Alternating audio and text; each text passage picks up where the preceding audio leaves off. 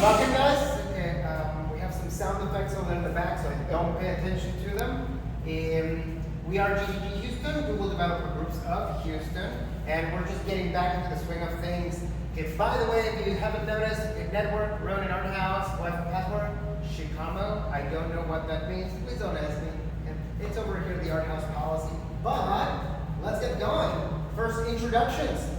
Who are we? What do we do? My name is Leopoldo Hernandez. I just go by Leo Hernandez. I work for Wayfair LLC. Yes, that is the ginormous online furniture retailer. I am the furniture guy. If you're gonna hook up, talk to me after this. And my LinkedIn is there. Contrast is not super great, but talk to me after that and I can get it to you. And we do happen to have other two organizers here, and I'll let them introduce themselves. Hey, I'm Michelle. I'm working as a developer advocate with Linux. I worked as software developer before and organizing all the events. I got interested into developer relations and now working as a developer advocate. Right. Woo! Hi guys, I'm Rabimba.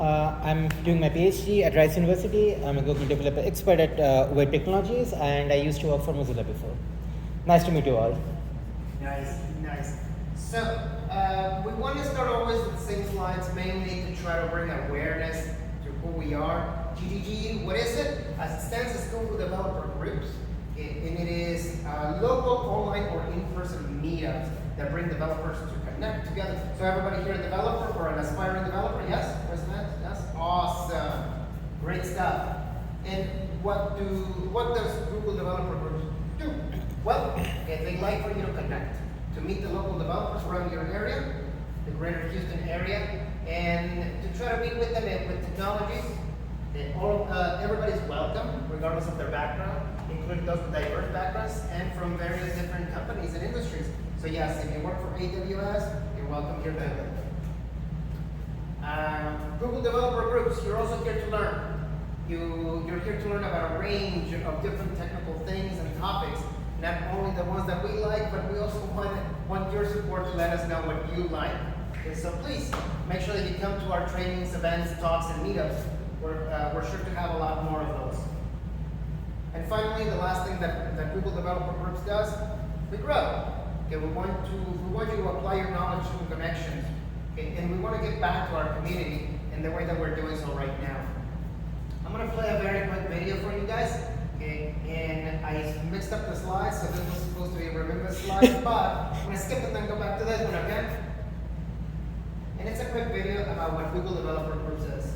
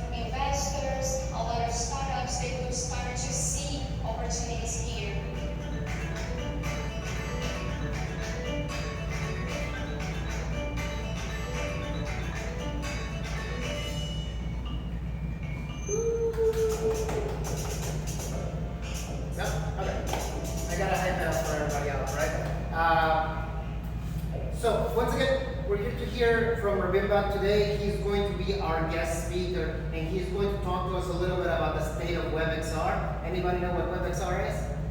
No? I don't either. I just read it from his slide over in here. So that's all I know. However, and let's give them a big applause so you can come in and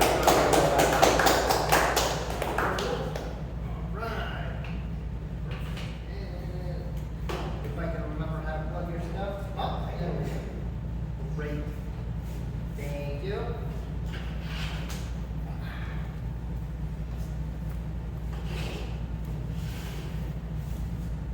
Hey everyone.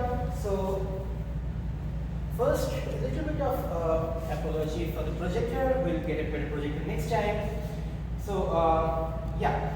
So today we are going to talk about WebXR, but not the XR. So what is WebXR? So have you heard about virtual reality or mixed reality?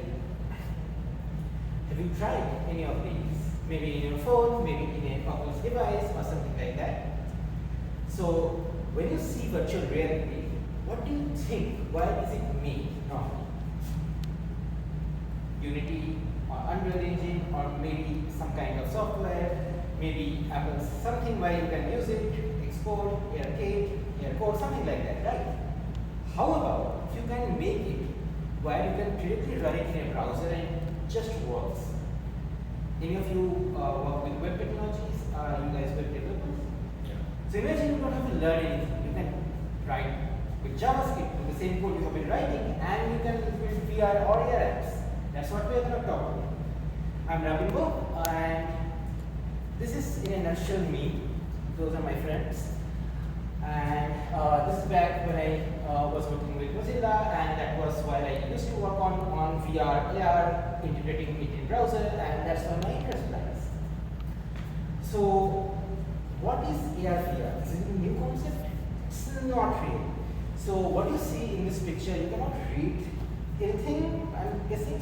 But this is back in 1972 in MIT labs, this Even Sutherland. This whole room is what we right now have in our phones. So this is like this whole room would track you. You would have a contraption like that strapped on top of you, and you would walk around the room, and that would be your VR experience. Fast forward today, we don't only have VR, we have augmented reality as well. And how does it come? So these are different senses. They kind of tell us about the world. So some of them are GPS antennas, some of IR sensors. A lot of them will give you the world information to your mobile devices or the other devices, which you can leverage to actually interact with the world. And how do we interact? This is the other part. How do we consume the media? If you see the slides or see the pictures, you will see they are vastly different.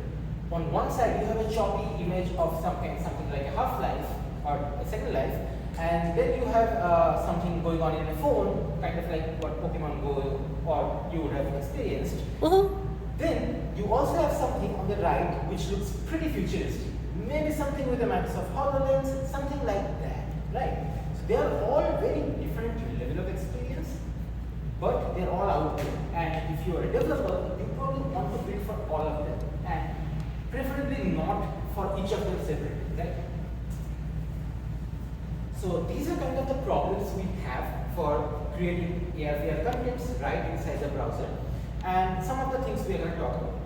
First, we need to have it as a browser level technology so that you don't have to go to a third-party software to actually build it. We also need to make the platforms, the AR/VR creation frameworks much easier so that you have a less barrier of entry to create those experiences. I don't want to learn a completely new language or completely new tool to try to build an experience. If I already know JavaScript and web, why cannot I build something on that? So why can't we give users those options? Also, then it comes to the other parts of how you discover a VR experience. Do you also build something like another Play Store, another App Store? Or do you want it to be as easily accessible as just tweet a link of something you made? Somebody clicks on that link, immediately they can get into their VR experience. That brings us to the next question. How and what?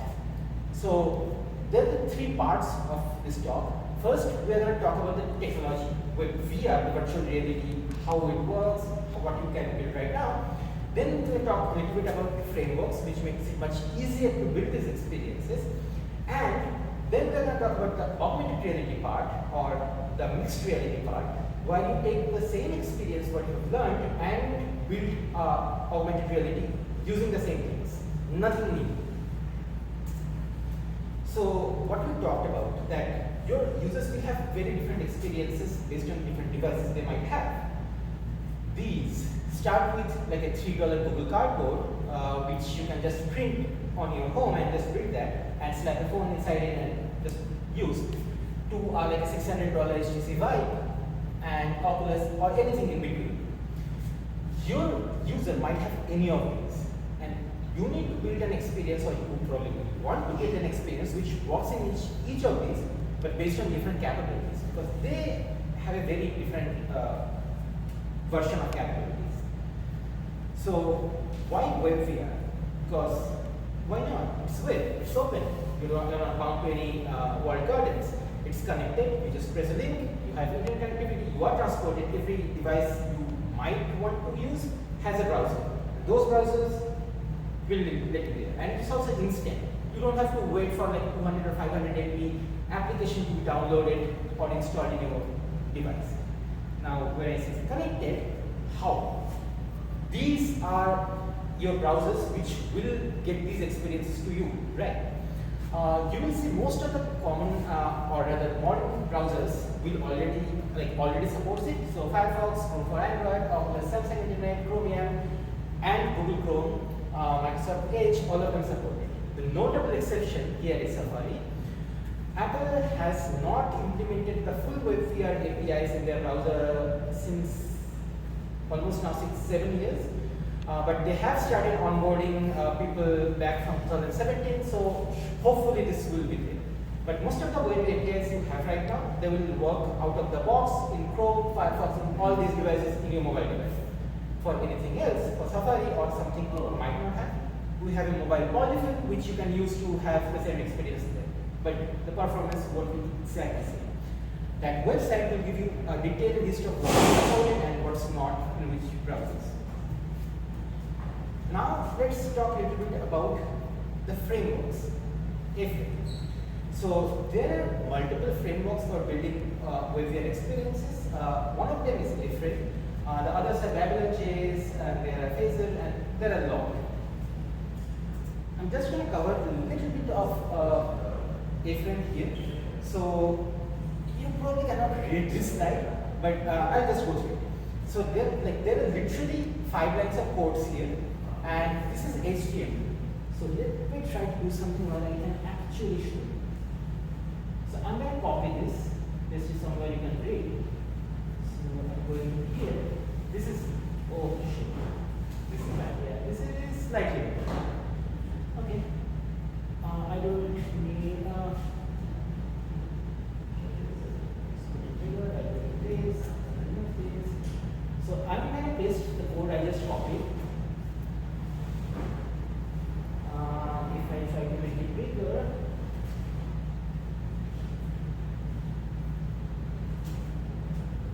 okay, not that big.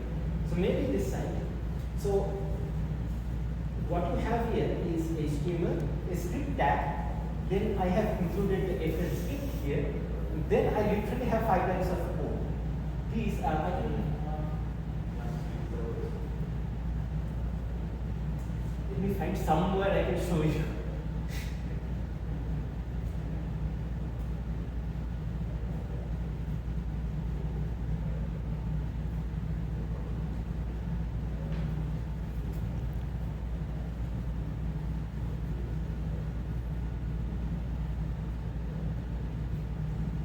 So this is essentially the code. So what we have is a simple HTML tag, then a script tag, then we have 2 tags called AC. That's setting up your A-frame scene. Then I literally have 5 things: a box, a cylinder, a sphere, a plane, and a sky. Each of these has some properties attached to it. Pretty simple code, right? When you have this code inside here, that creates this scene. There is nothing here apart from this code, and this is a VRC. So you can actually walk around it, and I'm just showing it in the browser.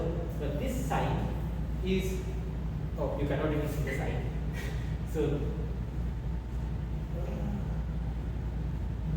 yeah, so there is a sign here. There's a VR sign. So if you are using a device which supports VR, instead of seeing it in 2D, you will be able to walk through this whole scene. And I was able to just create this scene using 5 lines of code. So that's kind of like what you can do using A-frame. This is just an example. So these are called components. You have multiple components. You can mix and match components. You can attach models to it and do a lot of stuff. Since it's web, it works with everything. It works with the technologies you already know. Have you tried with any of these, like tried D3 or React or Angular or any of these frameworks? If you have, these works out, or these are like 1,000 other JavaScript frameworks. They work out of the box with the VR experiences. There's a huge community of builders who build these different examples, which you can see there. It also has a awesome documentation. Some of the examples of things which are done in it. This is called a painter. This is the open source version of BuildBrush. So, and this is running in browser. So you can paint anything in 3 dimension in VR and just send that link to somebody, just post it in Twitter, and when they click the link, they are inside that painting in 3D and they can walk around. You can use it for journalism. So this is Amnesty International. They have used it. So you shoot a 360-degree video, maybe using Insta360 or some kind of 360 camera. You can use a single tag, import that video inside our WebVR application, and your audience right now is standing inside a bombing zone where they can actually see the devastation, what has happened, what has been captured in 360. That brings a very different perspective to disasters. You can also use this for data visualization. Instead of having a 2-dimensional graph, what if you can walk around your graph, interact with that using a controller maybe, but have and add another dimension to it. So use something like D3JS, add A-frame, and you can have something like this. So that's quite a bit about VR. What about mixed reality? What about AR? So the code I just showed you, that built these 3 objects, like these exact 3 objects, but now instead of that, they are in real life. They're anchored to that pattern, and you can see it's pretty fluid. This is again running in browser. Now, this has been possible for quite some time. Even the shadows and everything, this is possible. This has been possible for quite some time.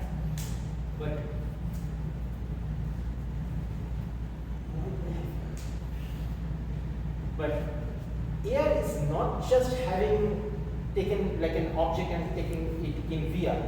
So augmented reality is based on certain things. So it's based on only the data we know we can have, and it also has to be displayed in real time. That brings us the question of how powerful the device your audience is using. Is it capable of doing that? And also the battery life concerns. Simple augmented reality has been possible for quite some time. You can use something like the get user media from the browser to get an image, and use a simple JavaScript tracking technology to track any kind of QR code or a tracker to overlay an image. That essentially is your kind of like very simple VR. Sorry, very simple AR. But that's not really what we want. In the long run, this is not going to be enough. We need to know more about the world.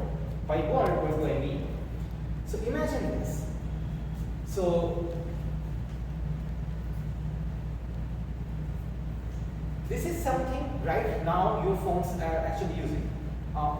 If I may ask, what phones do you guys use? An iPhone or Android? Maybe an Android?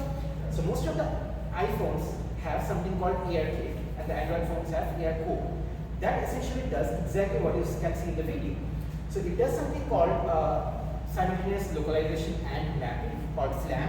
So it can, using your camera, it can map this whole room, and it can also kind of guess how far this table is, or something that looks like the table is, how far that floor is.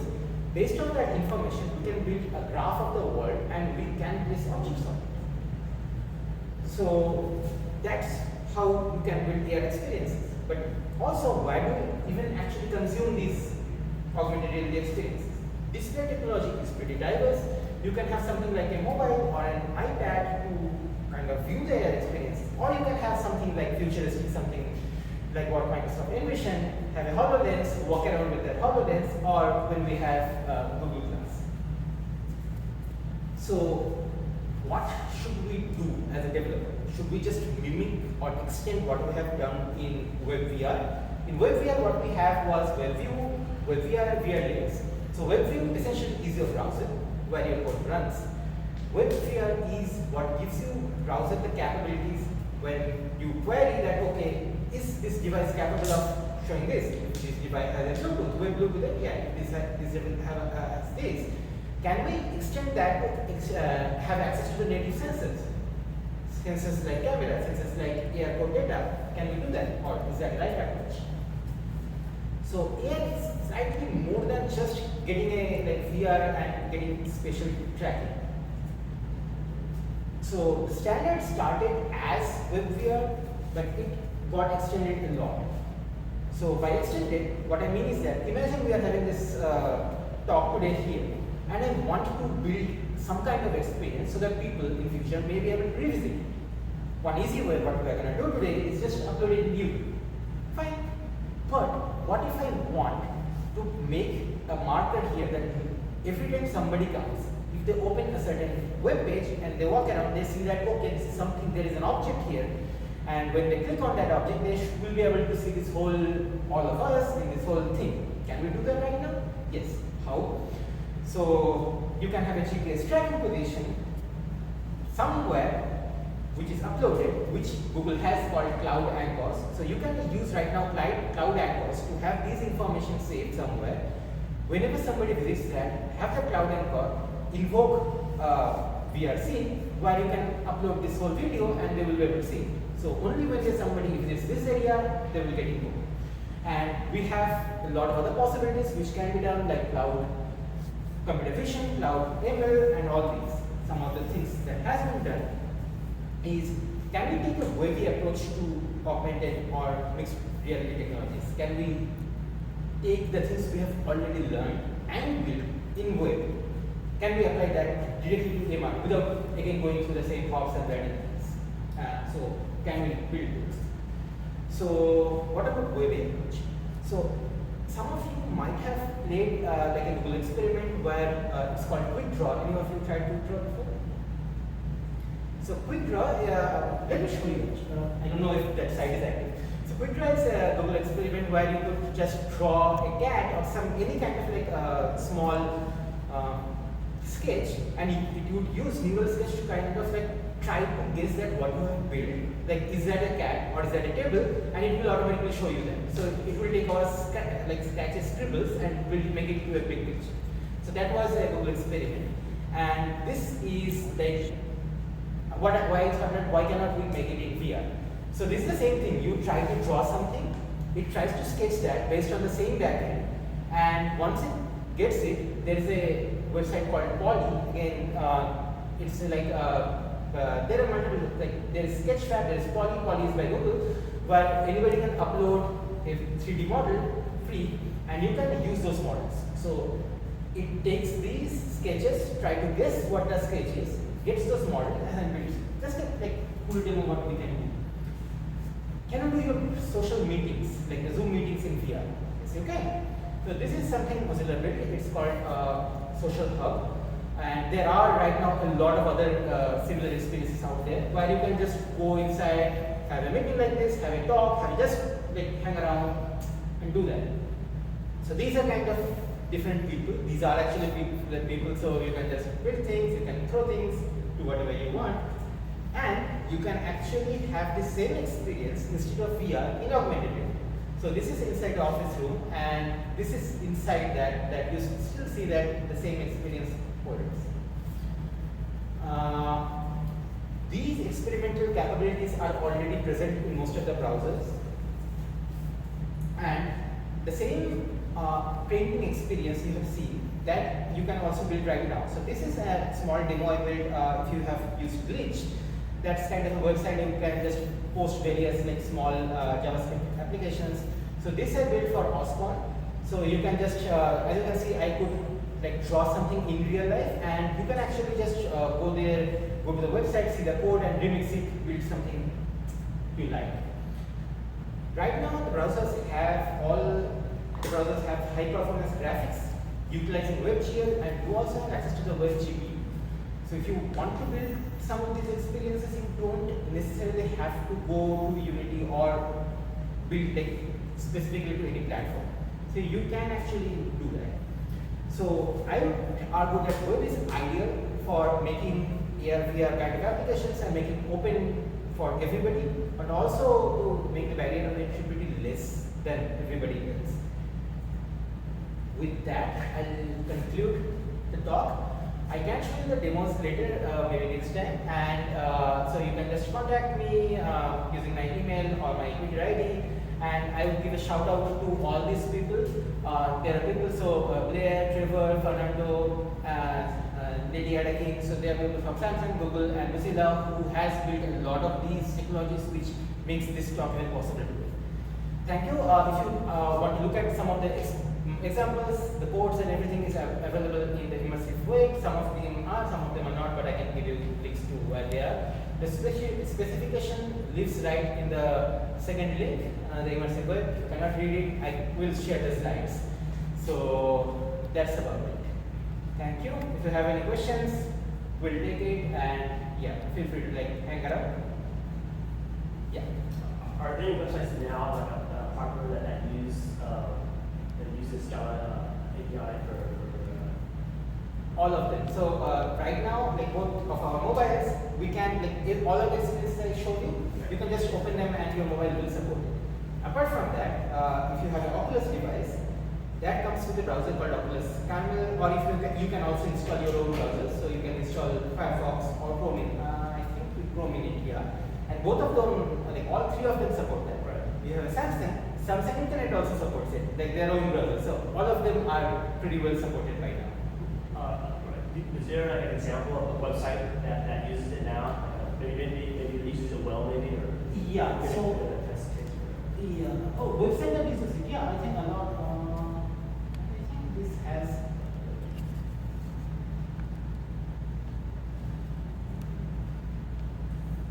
I think they have a pretty big showcase of all the websites, and also.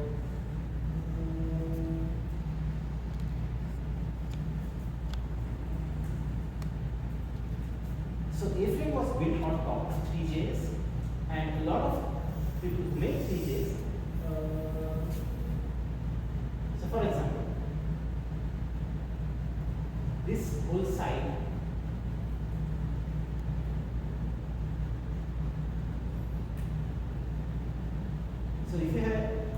this is like a dance party kind of thing. So this is running in browser, this is here, and this button, if you have an Oculus browser like a VR headset, you can actually play it, you can walk around it and do something like that. And there are a lot more. For example, this one,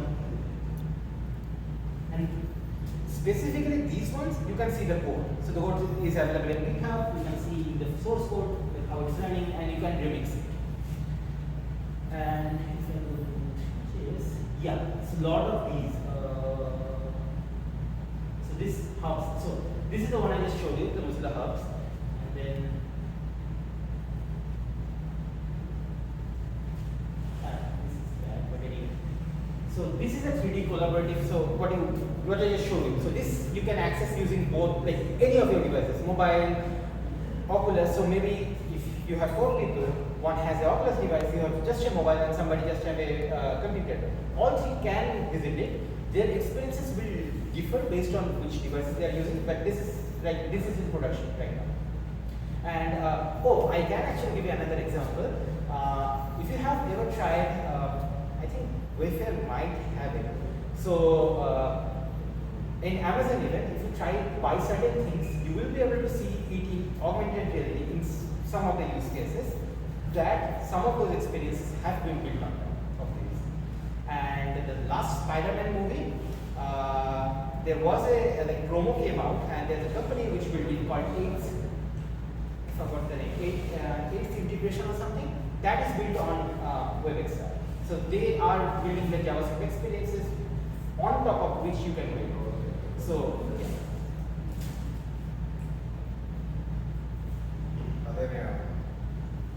Are there any known, I guess, performance limitations of moving with this in the browser as opposed to other environments? So any advantages of using Any limitations, any performance? limitation? There are. So the first limitation is, because it's a browser, you have to be careful about who your audience is, which browser they're using. The same as the web. So every downfall we have with web, you carry that forward. Every advantage, you also carry that forward. So whenever you build it, you have to be like you have to constantly have code which checks the capabilities of the browser. It's a very simple.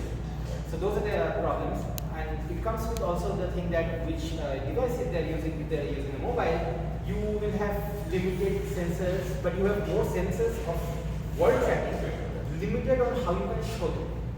Whereas when you have the Oculus, you have way more capability of how interactive you can be, because you know they will have joysticks where so you will be able to build experiences where they can touch your objects, they can interact with your objects, play with it, maybe build a sword game, but you won't have world tracking capability. So you won't be able to build you probably won't be able to build a game where you can run around and do some things.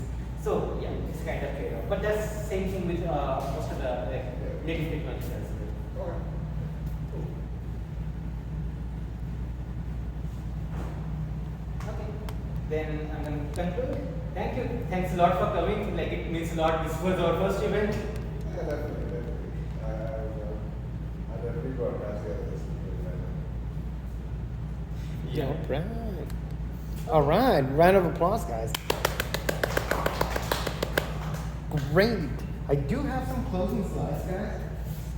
Just before we get to, did we get food? Yeah. We got food? Okay, we got food. That's the important thing. This is why That's very important. I come for the food.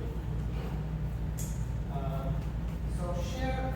But we don't have any VR or AR experiences that are provided by an API.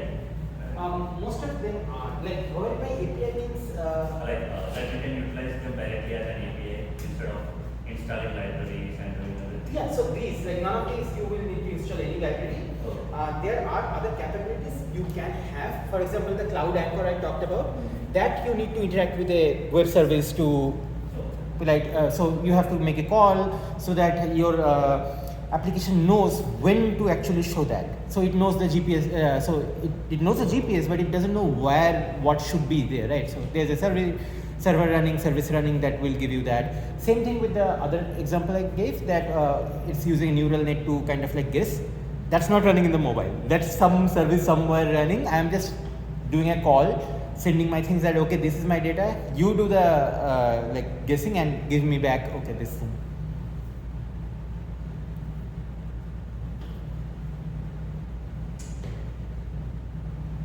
I give you time by asking him a question. Sorry about that, guys.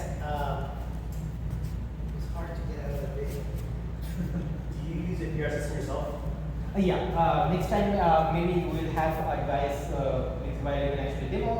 And and if we have enough interest, I actually have a kind of long workshop, but it will be like a flatter workshop kind of thing, because it's a 3-day workshop.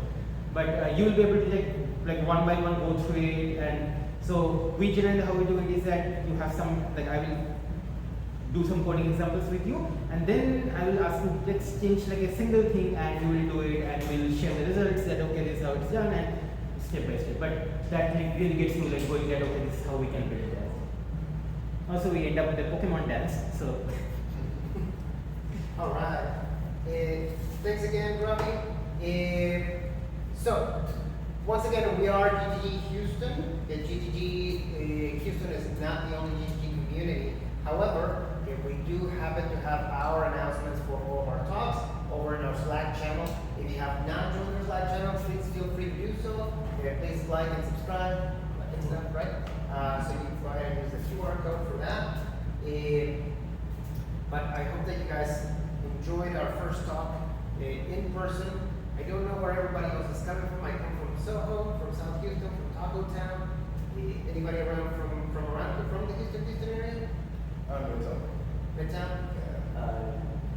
South 45. All right, okay, not bad, not bad. And now you might be wondering, so what's after this? What do you guys do? Like, is there anything else that's planned? Yes.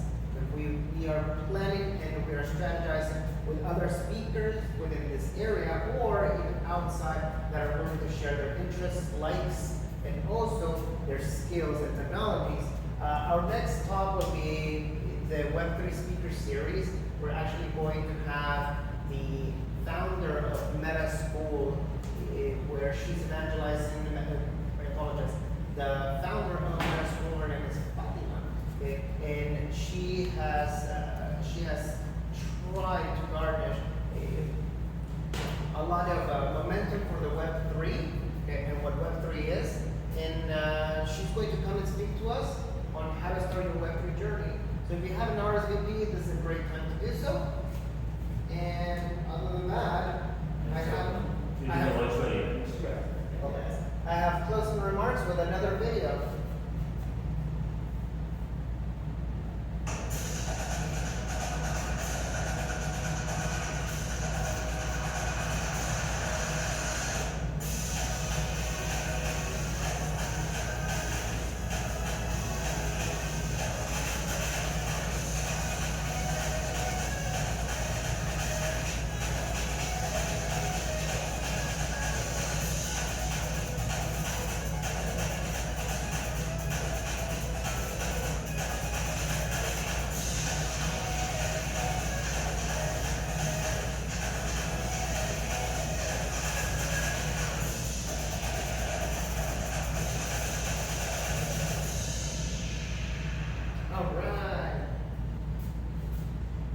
Alright, peeps. If you're feeling hungry, a bit peckish, feel free to make your way down over to the table over in the back. We do have also some stickers if you'd like to take some. Get some chow, hang around, and we can talk a little more if you'd like. Alright? So, once again, thank you very much for coming. No! Can you keep that homepage? We'll take a group picture. Yes. Guys, I'm so sorry. This is the part where we take the picture, and I have to do something like, up. How about like 10 more seconds, where we have, up. Sorry. You can have that homepage slide where you have GDG Houston. Yes. But see, this is where we pay you the big bucks. And how about we just remove the part where we say network? Yeah? Okay, because I think everybody got it. And that doesn't work. And yes! Cool. Okay, can everybody come to the front and we can try to take a picture all together? Now we can try. And now we can finally turn on the light.